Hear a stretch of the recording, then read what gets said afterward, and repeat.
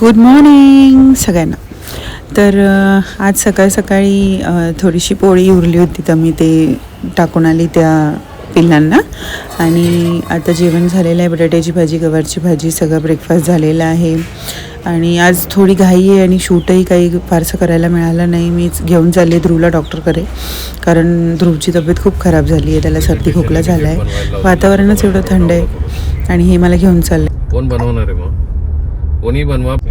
आणि यांचीसुद्धा कामाची गडबड चालू आहे, कारण की मॉर्निंगपासून सगळ्या मीटिंग शेड्यूल असतात. त्यामुळे प्रत्येकाला वेगवेगळी रिस्पॉन्सिबिलिटी दिली. बघा ते काका चालले स्वयं गेले. सिग्नल काही कोणी पाळत नाही इथे नाशिकला, आणि त्याच्यामुळे जास्त रोडवरती ॲक्सिडेंट्स वगैरे होतात, म्हणजे ठोकाठोकी. पण कसं पाळायला पाहिजे. आता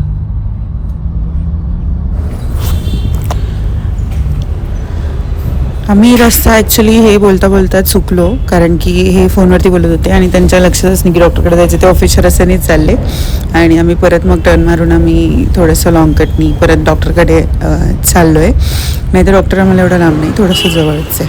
डॉक्टर येतात 11 वाजता, पण आम्ही आलो 10:30ला, कारण की यांच्याकडे खूप जास्त गर्दी असते आणि खूप नंबर असतात.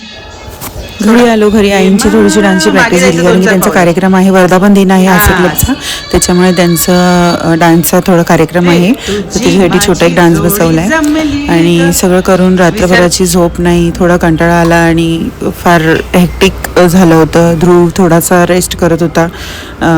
त्याला आता परत आंघोळ नाही घालायची ॲक्च्युली, पुसून काढायचं आहे. डॉक्टरकडनं आली आहे मी. आता वाफ द्यायची आहे ध्रुवला, आणि आता खूप त्रास देतो ध्रुव. आली आहे मी आता डॉक्टरकडून, आणि आता वाफ द्यायची आहे ध्रुवला. तो खूप त्रास देतो. वाफ त्याला कळत नाही, म्हणजे त्याचा काही त्रास होत नाही वाफेचा, पण तरी म्हणजे त्याला ते वेगळं वाटतं, काहीतरी असा आवाज येतो ना, त्याच्यामुळे तो खूप रडतो वाफ देताना. पण काही ऑप्शन नाही. ऐकला खोकला, असा खोकला त्याला चालू आहे. आणि हे आवरून होत नाही तोपर्यंत मुलं आले आणि त्यांचीच गडबड सुरू झाली. कोण डीजे?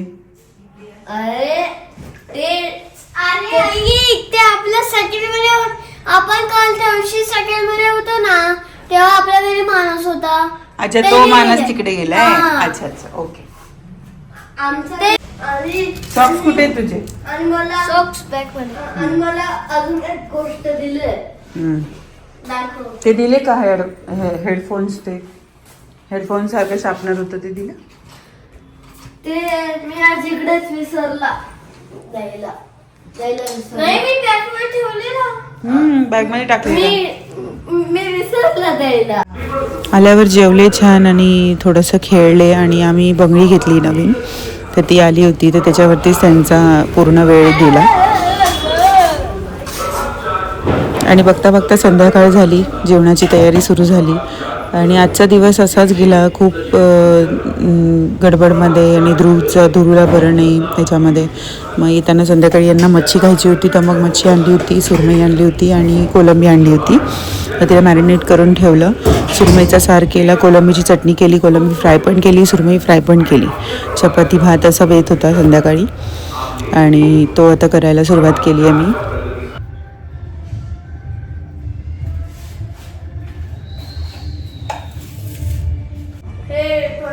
सुरमईला ग्रीन मॅरिनेशन केलं होतं, आणि ही चटणी आहे कोळंबीची. हा सुरमईचा सार आहे, थोडी ग्रेव्ही, आणि सुरमईची चटणी छान झाली होती आणि सगळ्यांना खूप आवडली, कारण की चपातीबरोबर छान लागते. आणि भाताबरोबर ती हे सार खातात, म्हणजे हे मच्छीचं कालवण. आणि मच्छी अशी फ्राय करायला छान कुरकुरीत. म्हणजे तवा त्या दिवशी तुम्हाला दाखवला, हा तवा तो आहे. त्याच्यावरती छान 8-9 तुकडे मच्छीचे छान बसून जातात, मीडियम साईजचे, आणि छान क्रिस्पी होतात. रवा फ्राय जर केलं ना, एकदम क्रिस्पी होतात आणि मस्त. मला खूप आवडला आहे हा तवा. आणि ऑइल पण इकडे तिकडे जात नाही. जो माझा आधीचा तवा होता त्याच्यावरनं तेल थोडंसं इकडे तिकडे व्हायचं, खाली गळायचं जास्त झालं तर. पण ह्याला थोडे एजेस याचे उंच असल्यामुळे ना, त्याच्यामध्ये तेलही खाली नाही जात.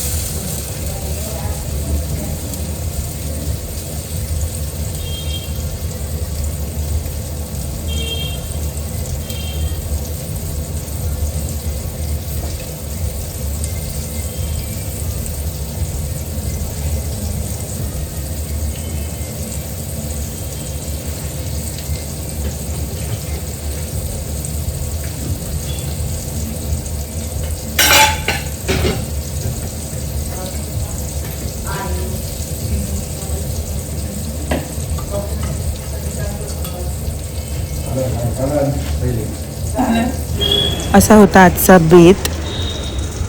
आणि या सगळ्यामध्ये मी माझी भाजी करायचीच विसरून गेली. मग मी सोयाबीनची भाजी केली आणि राईस आणि भाजी खाल्ली, कारण की मी नॉनव्हेज खात नाही आहे. आज काही फारसं शूट करायला मिळालं नाही, कारण की प्रायोरिटी ऑलवेज ध्रुव, कारण की ध्रुवला बरं नाही, त्याच्यामुळे ध्रुवकडे लक्ष देणं ही माझी प्रायोरिटी आहे. त्याच्यामुळे जेवढं मिळालं आहे स्टफ मी तेवढंची एडिटिंग करून ब्लॉग बनवलं आहे. होप सो लाईक करा, सबस्क्राईब करा. Good night. Good night.